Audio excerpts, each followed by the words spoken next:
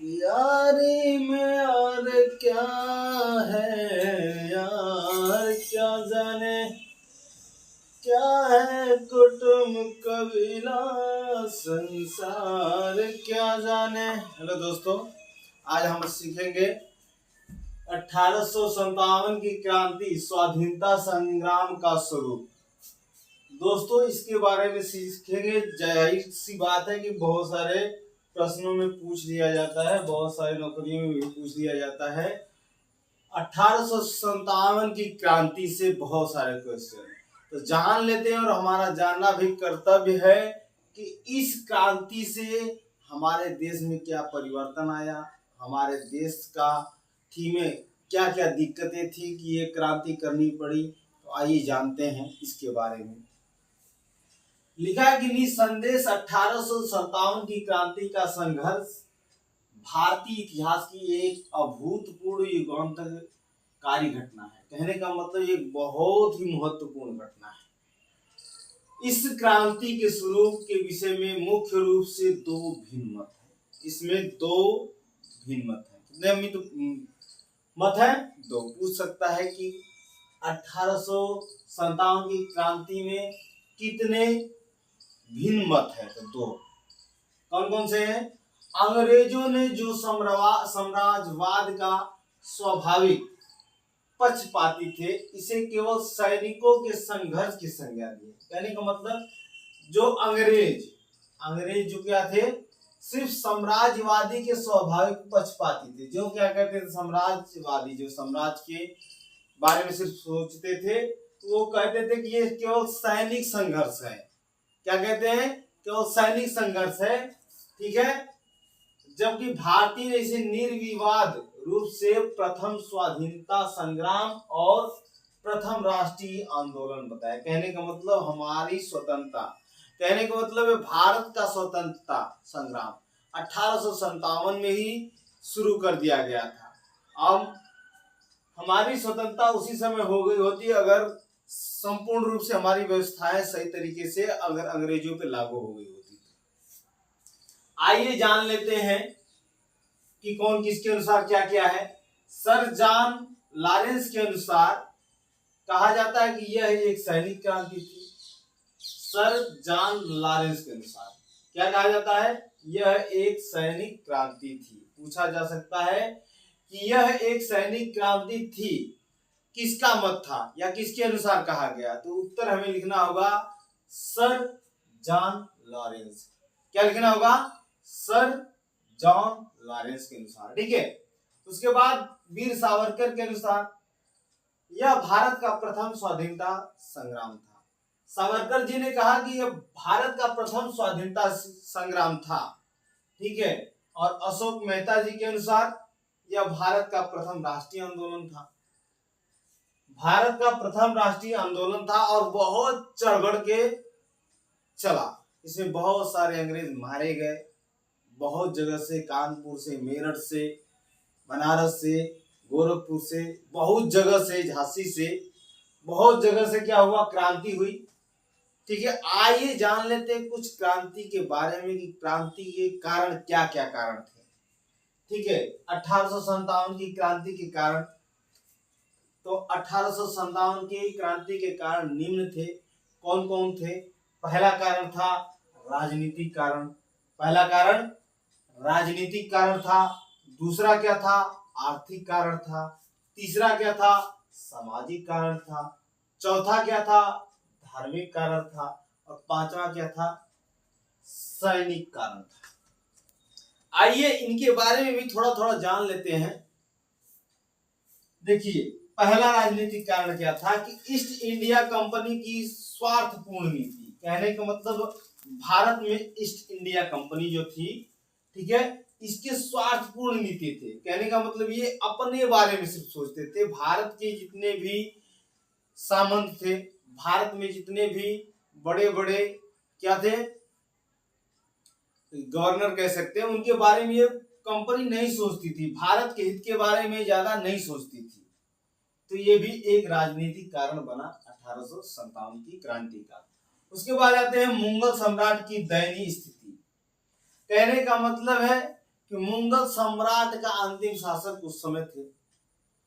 औरंगजेब के बाद बहादुर शाह जफर, जो कि मुगल वंश का सबसे अंतिम शासक थे, और वो उनकी जो स्थिति थी बहुत ही दयनीय यानी खराब थी।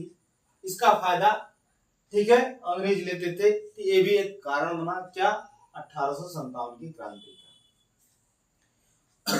सॉरी, उच्च नौकरियों में भारतीयों की उपेक्षा। कहने का मतलब है कि अंग्रेज बड़े बड़े पदों पे अपने आसीन थे। कहने का मतलब है अंग्रेज जितने भी थे बड़े बड़े नौकरी के पद पे अंग्रेजों की पद की नियुक्ति की जाती थी, और भारतीयों को उनकी अपेक्षा छोटी नौकरियां दी जाती थी। ये भी एक कारण बना। उसके बाद लॉर्ड डलहौजी की राज्य अपहरण की नीति। जो लॉर्ड डलहौजी था वह किसी भी राज्य को अपने में विलय कर लेता था, मिला लेता था। कहने का मतलब है अगर किसी राजा के पास उसका अपनी संतान नहीं है तो उसमें लागू कर दिया जाता था कि आपकी जो आने वाली, ठीक है, समय है उसमें आप राजा नहीं रह सकते हैं क्योंकि आपका कोई वंशज नहीं है। तो उसे क्या कहते हैं, सॉरी, ईस्ट इंडिया कंपनी में मिला लिया जाएगा। अंग्रेज उसे हड़प लेंगे। ये भी एक क्या हुआ, 1857 की राजनीति कारण का, ठीक है, कारण की बात कह सकते हैं इसको। उसके बाद है पेंशन तथा उपाधि की समाप्ति। नाना साहब की पेंशन समाप्त कर दी गई। जितने भी गवर्नर थे, जितने भी यहाँ के राजा थे, इनको शुरुआत में अंग्रेज आए थे बहुत पेंशन दिए, बहुत बोले कि आपको पेंशन दी जाएगी और आने वाली हर एक सुविधाएं आपको प्रदान की जाएगी। और उनकी उपाधियों को, जो राजा धीराज उपाधि दी जाती थी, महाधीराज उपाधि दी जाती थी, बादशाह, और मुगलों में कई प्रकार की उपाधियां दी जाती थी, तो सबको क्या कर दिया गया, समाप्त कर दिया गया। तो ये भी एक कारण बना किसका, 1857 की क्रांति का। ठीक है, अब जान लेते हैं आर्थिक कारण। आर्थिक कारण क्या क्या हो सकता है। भारतीय व्यापार को क्षति। अंग्रेज जब आए तो उन्होंने सिर्फ बोला कि हम बिजनेस करेंगे, लेकिन धीरे धीरे धीरे धीरे धीरे धीरे वो हमारे पूरे संपूर्ण देश में फैल गए। और ठीक है, भारतीय व्यापार को इससे क्या होने लगा, हानि होने लगी। भारतीय व्यापार जितने भी थे उनकी अंग्रेजों की अपेक्षा क्या हो गए, ठप पड़ गए, बंद हो गए। तो ये भी एक आर्थिक कारण बन गया कि 1857 की क्रांति का। हस्तशिल्पियों की दुर्दशा। कहने का मतलब है कि अंग्रेज जब आए, ठीक है, तो वो बहुत बड़ी बड़ी मशीनें लगा दी, उनसे कढ़ाई बुनाई सिलाई होने लगा। जबकि भारत में हस्तशिल्प, हाथों से किसी चीज को बनाया जाता था तो उसकी डिजाइन बहुत अच्छी होती थी। तो भारत के जितने भी कारीगर थे उनकी दुर्दशा धीरे धीरे अब खराब होने लगी। जहां मशीन लग गई, अब उसकी अपेक्षा अब इनकी स्थिति ज्यादा खराब होने लगी थी। ये भी एक आर्थिक कारण बना 1857 की क्रांति का। किसानों की दयनीय स्थिति। किसानों की दयनीय स्थिति हो गई, और किसान कहने का मतलब जितना भी काटता बोता था उसका उस पर कर लगाया गया। तो ये भी एक कारण बन गया 1857 की क्रांति का। भारतीय धन का ब्रिटेन चले जाना। भारत में लोग अपनी कंपनियां डाले, भारत में बहुत सारे पैसे कमाए, और इन पैसों को ये लोग क्या करते थे, ब्रिटेन में भेज देते थे। ये भी एक आर्थिक कारण बन गया, क्योंकि यहाँ का पैसा, अगर इंडिया का पैसा इंडिया में लगाया गया होता तो इंडिया सोने का चिड़िया कहा जाता था, तो वाकई सोने के चिड़िया जैसा हो जाता। लेकिन यहाँ के पैसे को अंग्रेजों ने लूट कर कहाँ भेज दिया, ब्रिटेन। तो ये भी एक आर्थिक कारण बना 1857 की क्रांति। जमींदारी प्रथा का दोष।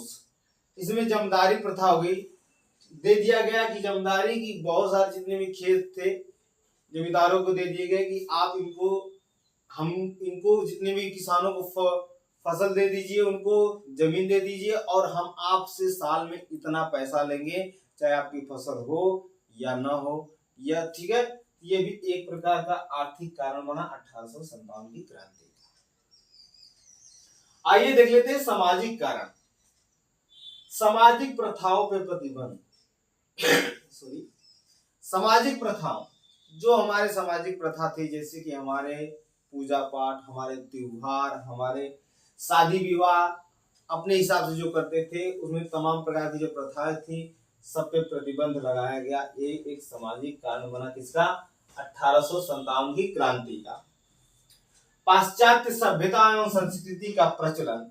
पाश्चात्य सभ्यता, हमारे सभ्यताओं को धीरे धीरे समाप्त करके नई नई, ठीक है, कृतियों को लागू कर रहे थे अंग्रेज, और यहाँ की संस्कृति में जो हमारे संस्कृति में भी बदलाव किए जा रहे थे, ये भी एक सामाजिक कारण बना किसका? 1857 की क्रांति का। अंग्रेजी शिक्षा का विरोध। अंग्रेजी शिक्षा का विरोध होने लगा। अंग्रेजी शिक्षा, अंग्रेज बहुत सारी अंग्रेजी पढ़ाते थे, यहाँ पे बहुत सारे कॉलेज अंग्रेजों के द्वारा खोला गया, ठीक है, तो उसका क्या हुआ? उसका विरोध किया गया, ठीक है, तो ये भी एक कारण बन गया 1857 की क्रांति का। श्रेष्ठता की मानसिक भावना, कहने का मतलब श्रेष्ठता, कहने का मतलब जो व्यक्ति श्रेष्ठ रहता था उसकी मानसिक भावना ये थी कि हमारे, ठीक है, अंग्रेजों के प्रति, चाहे यहाँ पे जो बड़े उच्च अधिकारी थे उनके प्रति इनकी जो श्रेष्ठता थी कम होती थी, तो ये भी एक कारण बन गया 1857 की क्रांति का। धार्मिक कारण देख लेते हैं। ईसाई धर्म का प्रचार। भारत में बहुत धर्म है, जैसे कि हिंदू धर्म, मुस्लिम धर्म, सिख धर्म, बौद्ध धर्म, और अंग्रेज जब आए तो अपना धर्म लेकर के आए, ईसाई धर्म। तो ये क्या करते थे? ईसाई धर्म का जोर शोर से प्रचार करते थे। इससे क्या होता था? और धर्म को कष्ट होता था। तो ये भी एक क्या हुआ?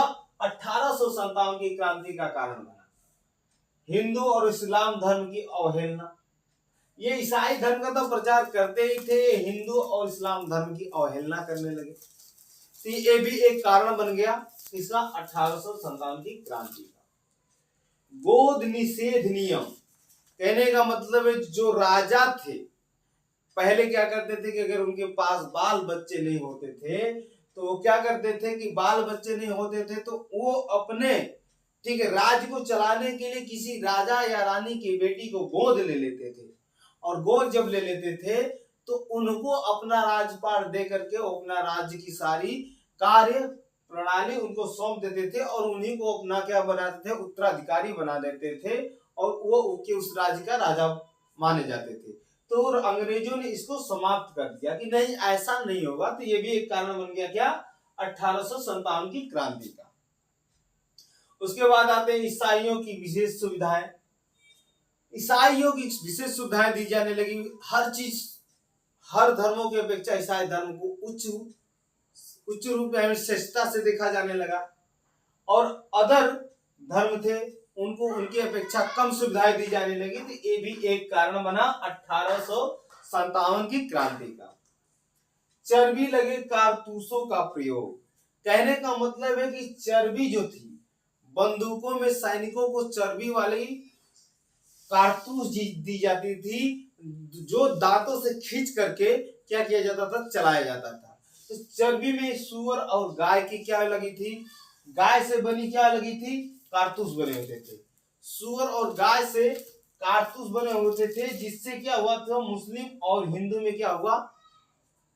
बहुत बहुत बड़ा विरोध हुआ, और इसका कारण बना कि 1857 की क्रांति का होने का पूर्ण रूप से ये कारण बन गया, चर्बी लगी कारतूस। उसके बाद आते सैनिक कारण क्या थे? सैनिक कारण में क्या थे? सैनिकों में भेदभाव। अंग्रेजों की सैनिक जो थी उनकी अलग, और मतलब भारतीय सैनिक जो थे उनमें भेदभाव था। जब उनमें भेदभाव था तो ये भी कारण बना कि 1857 की क्रांति का ये भी कारण बन गया कि ऐसा होना चाहिए कि हमारे साथ भेदभाव ना हो, हमें भी सम्मान दिया जाए। ऐसा ना करने पे ये लोग बोले कि हम क्रांति करेंगे चाहे कुछ भी हो। तो उसके बाद ब्राह्मण और क्षत्रिय सैनिकों की समस्या। ब्राह्मण और क्षत्रिय भारत में उच्च वर्ग माने जाते थे। इनको लगता था कि हमको क्या था कि हमें भी भाई सम्मान मिलना चाहिए तुम्हारे सैनिक जैसा। जाहिर सी बात है सॉरी, कि भारत की जितने भी सैनिक हैं, हम भी सैनिक हैं और अंग्रेजों की सैनिक है, सबको सम्मान मिलना चाहिए। तो ये भी एक समस्या था। अफगान युद्ध का प्रभाव, ये भी 1857 की क्रांति का कारण बना। सॉरी। क्रीमिया का युद्ध, किसका? क्रीमिया का युद्ध भी एक कारण बना, किसका? 1857 की क्रांति का सैनिक कारण। विदेश जाने की समस्या, विदेश जो यहाँ से जाता थे, भारतीय जो विदेश जाते आवागमन करते थे, उसमें भी समस्या आने लगी। तो ये भी एक सैनिक का कारण बन गया कि विदेश जाने से क्या हो गया कि कुछ अंग्रेजों को दिक्कत होती थी, इसको लेकर के। तो ये भी 1857 की क्रांति का कारण बना। उसके बाद लास्ट और आखिरी हम बताने जा रहे हैं, रियासती सेना की समाप्ति। रियासती सेना का मतलब हो गया कि जो यहाँ के राजा थे उनकी सेना को समाप्त कर कर अंग्रेज बोले कि हम अपनी सेना आपको देंगे, या अपनी सेना में हम क्या करेंगे, अपनी सेना को आपकी ठीक है एरिया में क्या करेंगे, संचालित करेंगे। तो ये भी एक कारण हो गया 1857 की क्रांति का। दोस्तों इससे जुड़े कुछ और वीडियो हम आगे लेकर के आएंगे। अगर इसमें कुछ छूट गया हो तो कमेंट करके जरूर बताएं। अगर अच्छा लगा हो तो प्लीज इसे लाइक करें, अपने मित्रों को अधिक से अधिक शेयर करें, और हमारे चैनल पर बने रहने के लिए बहुत बहुत धन्यवाद। मिलते हैं अगले वीडियो में, तब तक के लिए जय हिंद।